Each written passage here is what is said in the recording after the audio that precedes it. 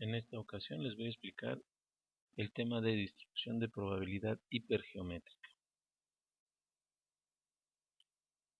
Voy a explicarles con un ejemplo muy sencillo cómo determinar si lo que tenemos en un problema es el cálculo de una distribución de probabilidad hipergeométrica. Pues vamos a suponer que tenemos un conjunto de esferas en un recipiente, pero estas esferas son de diferentes colores. Vamos a suponer que tenemos en este recipiente unas 4 de color amarillo. Vamos a poner una más. 5 de color amarillo. Y tenemos otras tantas en el mismo recipiente. Pues ahora tenemos unas azules.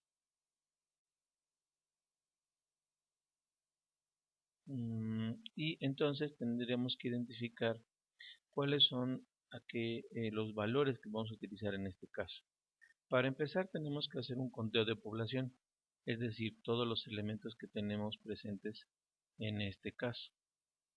El número de elementos que tenemos presentes en este caso sería contabilizar las esferas o pelotitas amarillas y las azules. Si las juntamos tenemos un total de 8 elementos. Y ahora sería cuestión de seleccionar un elemento que es el de nuestro interés. Si el de nuestro interés es las pelotitas azules, bueno, entonces quiere decir que tendríamos 3 elementos, deberíamos considerarlo aquí. O si es las esferas amarillas, pues entonces sería 5. Depende nuevamente nuestro elemento de interés. Para este caso vamos a utilizar como elemento de interés las pelotitas amarillas. Bueno, entonces esta sería nuestra población. De esta nosotros vamos a tomar una pequeña muestra en la que va a estar contenido 3 pelotitas. Entonces, al seleccionar estas 3 pelotitas vamos a tener una serie de combinaciones. Es decir, vamos a poder tener, por ejemplo, voy a poner un par de ejemplos simplemente, pero debemos visualizar que nosotros tenemos más probabilidades, más casos diferentes. Entonces, vamos a suponer que al seleccionar 3 pelotas, y a eso nosotros le vamos a llamar n. O sea, n quiere decir que es el tamaño de la muestra. En este caso n es 3 y x va a ser lo que nosotros vamos a calcular como probabilidad. Es decir, vamos a suponer que entonces nosotros seleccionamos vamos a seleccionar una muestra de 3 elementos, y entonces al seleccionar esos 3 elementos puede ser que tengamos 3 pelotitas amarillas solamente. Este es un primer caso. Vamos a considerar otro caso en el que tenemos 2 pelotitas amarillas y una azul. Luego vamos a considerar ahora entonces otro caso en el que podríamos tener una azul, una amarilla y 2 azules.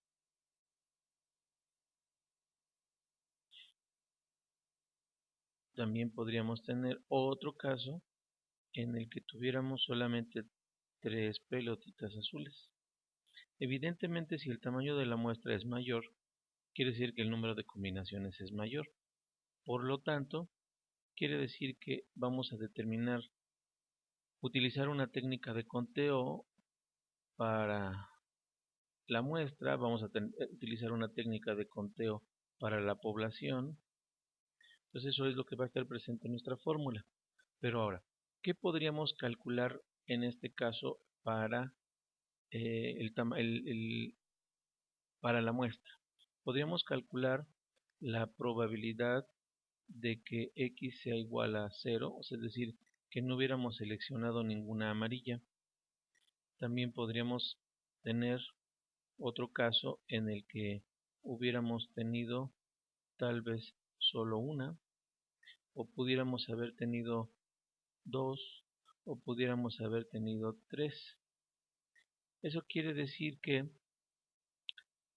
nunca vamos a poder, en primer lugar, si fuera el caso, nunca vamos a poder tener x mayor que x, nunca va a ser mayor que k. Esto no se cumple.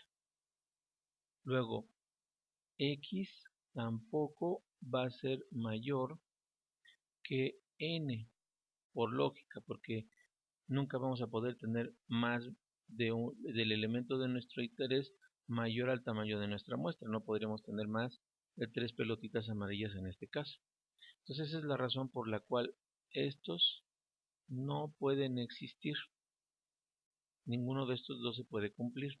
Entonces, si no, estaríamos realizando un error en nuestro cálculo. Entonces vamos a ver cuál es las fórmulas que se utilizan. Precisamente ya identificamos que debemos tener 4 elementos que son n, el tamaño de nuestra población, la proporción de elementos de interés en nuestra población, el tamaño de nuestra muestra y el número de elementos que debe haber de interés en nuestra muestra, que sí puede ser 0 o puede ser máximo hasta un número tal que sea igual al tamaño de la muestra, o si no, al menos igual a k, dependiendo del número de elementos que tengamos de interés. Entonces, nuestra fórmula queda de la forma siguiente. Esa es la fórmula que vamos a utilizar. Estamos utilizando, como decíamos, n, tamaño de la población, tamaño de la muestra, número de elementos de interés en la población y el número de elementos de interés. Entonces, que evidentemente, como aquí lo mencionamos, simplemente para recordarlo, es que x puede ser desde 0 máximo hasta el tamaño de la muestra, o menor que k si fuera el caso. Y luego entonces también podemos calcular nuestro valor esperado y nuestra varianza a través de estas fórmulas. Vamos a ver un par de ejemplos para ver cómo se aplica esta fórmula y cómo se resuelve y cómo se obtiene la probabilidad. Antes de eso, de ver los ejemplos, vamos a ver el comportamiento precisamente de nuestra función de probabilidad o nuestra distribución. En este caso, tenemos una distribución de probabilidad para una población de 15 elementos, donde el elemento de nuestro interés es igual a 7, el tamaño de nuestra muestra es 5, y como habíamos dicho, podríamos determinar la probabilidad de que no hubiéramos elegido ningún elemento, o máximo hasta equivalente al tamaño de la muestra. Entonces nótese que los elementos de mayor probabilidad son el haber seleccionado 2 de 5 o 3 de 5 elementos respecto de nuestro elemento de interés. Vamos a ver otro caso en el que ahora nuestro elemento de interés está en menor proporción respecto del total y el tamaño de nuestra muestra es nuevamente 5. Nótese este patrón un poco distinto al anterior, porque ahora resulta que hay una gran probabilidad de que no hayamos seleccionado ninguno. Esto tiene que ver precisamente con el hecho de que la proporción en este caso sea menor. Un siguiente caso, volvemos a tener una situación muy parecida, ahora en la que tenemos una K menor y la tendencia se mueve hacia valores menores, porque finalmente la proporción del elemento de interés está en una proporción menor. Ahora vamos a pasar a resolver un par de ejercicios para ver cómo se utiliza toda esta información. Entonces, en este caso, dice el ejercicio que tenemos lotes de 30 artículos, luego tenemos una muestra de 4 artículos, quiere decir que ya tendríamos seleccionado una n igual a 30, una n igual a 4, una k y nos falta entonces nuestra x. Dice, si se encuentra algún artículo defectuoso, el lote se regresa para inspeccionar los 30 artículos. ¿Cuál es la probabilidad de embarcar un lote que contenga 2 artículos defectuosos? Quiere decir que en la muestra, al inspeccionar, el número de elementos que deberían ir defectuosos sería 0. Y en la población podría haber 2. Podría haber 2 y quiere decir que esos 2 no los seleccionamos en nuestra muestra. Por eso es que el elemento, el lote se podría embarcar. Entonces, esa es la razón por la cual nosotros tenemos x igual a 0, porque lo que buscamos es que no haya ningún elemento defectuoso en nuestro lote. En el lote puede haber 2 defectuosos, pero necesitamos que no haya ninguno en la muestra para que al momento de realizar esa inspección el lote pueda salir. Retomando la ecuación mostrada, nos queda de la forma siguiente: x va a ser 0, n mayúscula 30, n minúscula o el tamaño de la muestra 4 y la proporción de elementos en nuestro lote, es decir, la proporción de elementos de interés en la población son 2, y entonces sustituimos combinatoria de 2 con 0, luego combinatoria de 28 y 2. Hay que recordar ahí que aquí tenemos que hacer una resta para obtener estos valores de acuerdo a la fórmula. Luego 30 y 4. El resultado en este caso es 0.01379 o aproximadamente en términos porcentuales 1.38%. Quiere decir que tenemos una probabilidad muy baja de que realmente se pueda embarcar un lote y que no lleve en esa inspección, no hayamos detectado ningún artículo defectuoso, pero que en el lote sí vayan 2 artículos defectuosos. Siguiente pregunta, dice: ¿cuál es la probabilidad de regresar un lote que contiene solo un artículo defectuoso? Quiere decir que en este caso el único cambio que estaríamos viendo, porque lo demás es lo mismo, el lote es del mismo tamaño, la muestra que se toma sigue siendo del mismo tamaño. Ahora la proporción es igual a, en la muestra es 1 porque va a haber un solo artículo, y nuestra x también es 1 porque nos están diciendo que se regresa el lote. Quiere decir que si se regresa el lote debió haber salido al menos ese artículo defectuoso que estaba en el lote en la muestra. Aplicando nuestra fórmula nos queda de la forma siguiente: sustituyendo los elementos indicados en la fórmula, evidentemente hay una diferencia respecto del ejercicio anterior, y lo que nos queda es 0.1333 o aproximadamente el 13.33%. O sea que, comparando los resultados de los dos ejercicios, nos están indicando, o nos está indicando estos resultados, que es mucho más probable que se regrese un lote que solo tiene un artículo que se vayan un lote que tiene 2 artículos defectuosos. La proporción es casi de 10 a 1. En un segundo ejercicio, que hablamos también de algunos artículos que están defectuosos, nuestros valores que vamos a utilizar para el cálculo, dice De acuerdo al enunciado, dice: en una fábrica se emplea un proceso de aceptación para cajas de 40 artículos. Estos son 40 artículos, nuestra población por lo tanto serían 40. La regla consiste en examinar una muestra de 5, ya nos están dando el tamaño de la muestra, que 5 artículos, y aceptarla si ninguno resulta defectuoso. Para una caja con 6 defectuosos, entonces quiere decir que en una caja ya nos están diciendo desde el principio que K debe ser igual a 6. Y tenemos que hallar la probabilidad, y entonces ahora quiere decir que X es el valor que va a estar cambiando. Eso quiere decir que va a poder tomar los valores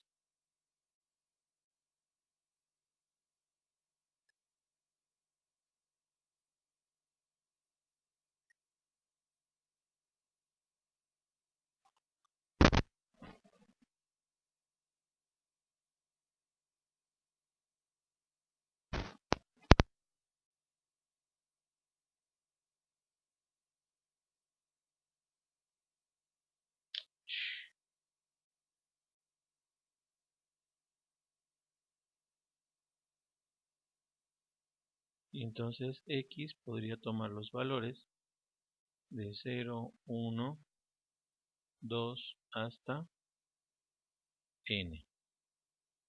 En este caso, dado que N es menor que K. Entonces, para el inciso A nos dice que la muestra contenga exactamente 3 artículos defectuosos.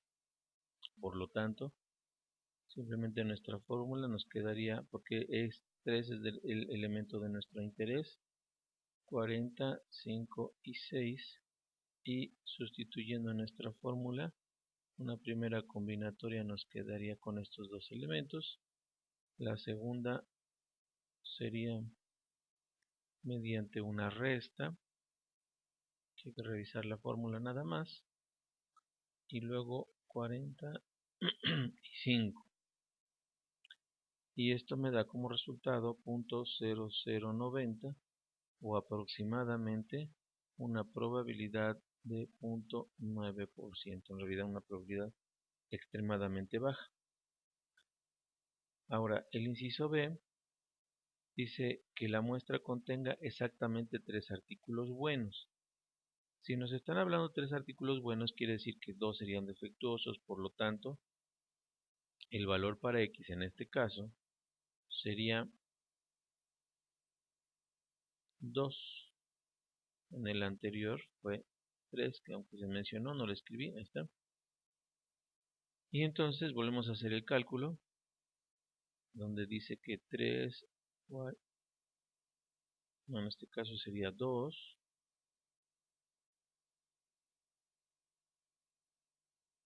vamos a dejar aquí un 2, 40, 5 y 6. Y esto me da 5, 2, luego a n le restamos 5, que sería 35, luego aquí sería un 3 por la otra resta, y abajo sería 45, que en este caso no cambia. Y por lo tanto, el resultado en este caso sería 0.0995. Es interesante notar que la proporción en relación entre las probabilidades de ambos incisos es un cambio muy drástico, porque tenemos un aumento prácticamente del 100%, o más bien la proporción es 10 a 1. Bueno, en el siguiente inciso dice que la muestra contenga más artículos buenos que defectuosos. Entonces, en este caso en particular, podemos decir que debería tener nuestra muestra los posibles de 3, 4 y 5. Eso quiere decir que tendríamos que hacer una sumatoria. Y para ello, entonces, podemos describirlo de la forma siguiente, haciendo la sumatoria de x3, iniciamos en x3 y terminamos hasta 5, y es de la distribución hipergeométrica 5, 6, pero ahora entonces vamos a establecer un caso para el 3, que sería 5, 3, 35, 2 sobre 45. Esto no es fracción, es combinación, una combinatoria, una técnica de conteo que estamos usando aquí. Entonces sería así, más, y ahora usamos el otro caso, el de 4, en donde tendríamos esto. También cambian nuestras restas, sería 1. El caso de arriba no cambia porque el tamaño de la muestra sigue siendo el mismo, y el caso de abajo tampoco cambia porque el tamaño de la muestra y el tamaño de la población sigue siendo el mismo. Aquí podemos notar lo que va cambiando, las restas que van cambiando, y tendríamos 45 nuevamente abajo. Nuestro resultado después de hacer la sumatoria quiere decir que esto sería equivalente al x igual a 3, esto sería equivalente a x igual a 4, y esto sería equivalente a x igual a 5. Haciendo la sumatoria de todos estos, la probabilidad que tenemos en este caso es 0.00927, que sigue siendo un valor extremadamente pequeño. Y ahí podemos ver rápidamente que en términos porcentuales es muy pequeñísimo, es de 0.9. Vamos a ver ahora en este caso el de aceptar una caja, que es la condición que debe ocurrir para que se acepte una caja, y eso quiere decir que entonces se acepta siempre y cuando ninguno esté defectuoso. Entonces sería obtener el cálculo cuando x es igual a 0. Vamos a realizar nuestro cálculo entonces, a describir nuestra fórmula: 0, 40, 5 y 6. Esto es 5, 0, 35, 5 y luego 45, que en este caso sigue sin cambiar. Quiere decir que en este caso en particular es una de las condiciones más probables que se acepte una caja. Luego, poder rechazar una caja. Esto pues es muy sencillo, porque si tenemos la probabilidad de rechazar una caja, pues básicamente